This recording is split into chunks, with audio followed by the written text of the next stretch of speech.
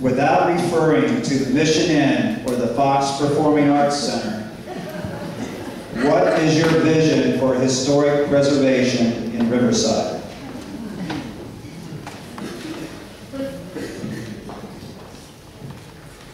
I can refer to the auditorium again. You got me on a technicality. You know, one of the things about Riverside is we do have history that goes way back in time. I think the heritage of the past is the seed that brings forth the harvest of the future, and we need to embrace the heritage that we've had in the past, including those items that I cannot mention here.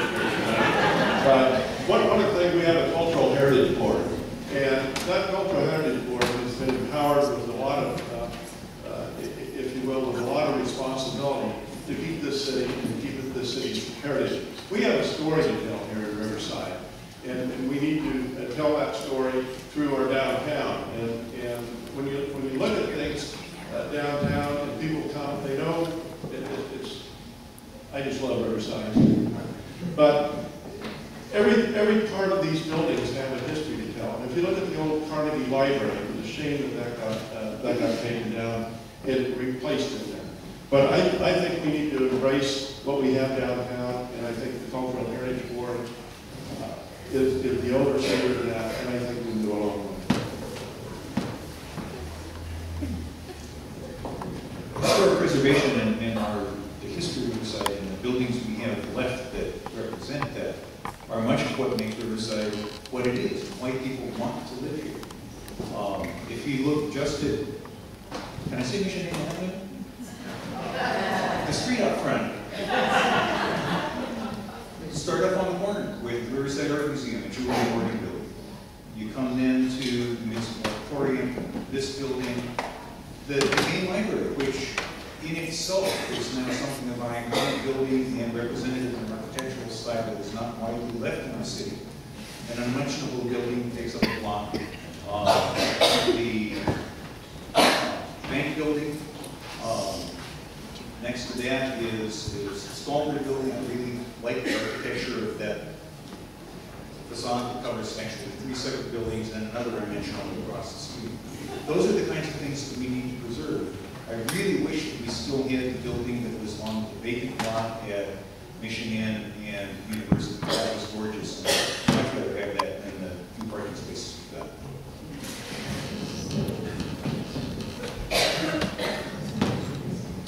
I sit as vice chairperson for the Riverside Housing Development Corporation. And a couple of months ago, over there on Brockton, a homeless guy was sleeping behind the building, and his candle accidentally set his blanket on fire, and half of the building was burned. We, and I, because of my contacts in the community, received instant notification that this had occurred. So we went over to the building. Firemen were still there. It is, and it was a historical building, but sometimes things happen, folks. We could not save it, and so a new one will have to be constructed, hopefully using the same type of aesthetics. But being a visually impaired guy, sometimes beauty's in the eye of the beholder, and you know, I'm a type of guy that looks through the rear view mirror, that doesn't look through the rear view mirror, but rather through the windshield in life. And I think that's what the mayor has to do. Using experience, but look through the windshield, not the rear view mirror. Well, our culture heritage is what makes us different in Riverside from most of the rest of Southern California. And it doesn't take but a walk up Naruto to look out and see some of those pockets of beautiful architecture and heritage that we have, including the military heritage out at Marshfield. One of the things when I was on the Culture Heritage Board that we did was to introduce the Mills Act Riverside, which is an economic development generator that allows you to rehabilitate your house through investment in a decrease in your property tax with whatever investment that you put into your house. As a Culture Heritage Board member, we also looked at ways to take some of that heritage outside of downtown and make it real in other neighborhoods. Palm Heights Historic District in Ward 3 was one of the first residential historic districts outside of downtown, and we're working now on the Brockton Arcade Historic District, one of the first commercial districts outside of downtown. So I believe strongly in cultural heritage. As I said, my family's been here since 1914. Again, our question is, without referring to the Mission Inn or the Fox Performing Arts Center, what is your vision for historic preservation in Riverside? Well, I believe we have wonderful history here in the downtown area. But our history is really throughout the city of Riverside. When you think about the Rancho La Sierra area and all the farmland and all the silos and all the dairies that were out in that particular area. My area where I grew up in Casablanca, the rich history that area has had for many, many years. The packing houses, our green belt. We have tremendous, tremendous assets. The FMC building just outside of the east side, our first Koreatown, was located there. We also had the first African American church located there. We need to elevate not only the accomplishments of individuals that are there, but also work on refurbishing these structures. I'm currently working with the descendants of the Trujillo family, which were the original settlers here for the Inland Empire. They're on the north side, and that adobe has practically gone to waste.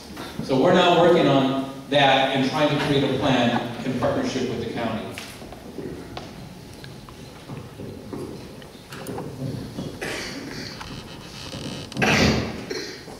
I think we could balance history and progressive toward our future together.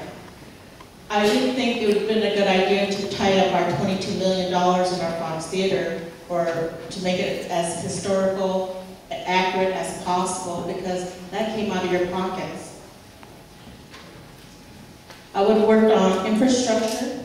I would have worked on transportation, improving transportation to get back and forth throughout Riverside. You can't do that around here in Riverside. Like most bigger cities can do it. We're growing. We need to have more transportation. What about historic preservation in Riverside? Yes, I think we can do that. I think we do keep our history. We know our history. We shouldn't forget our history. We know it.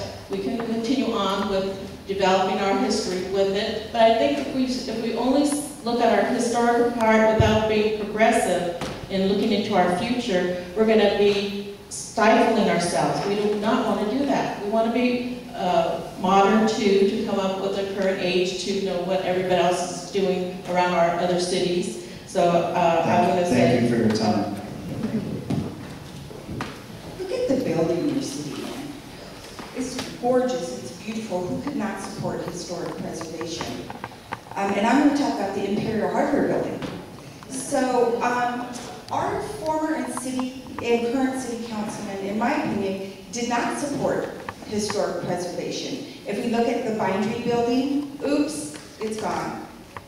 And what they wanted to do to the Imperial Hardware Building.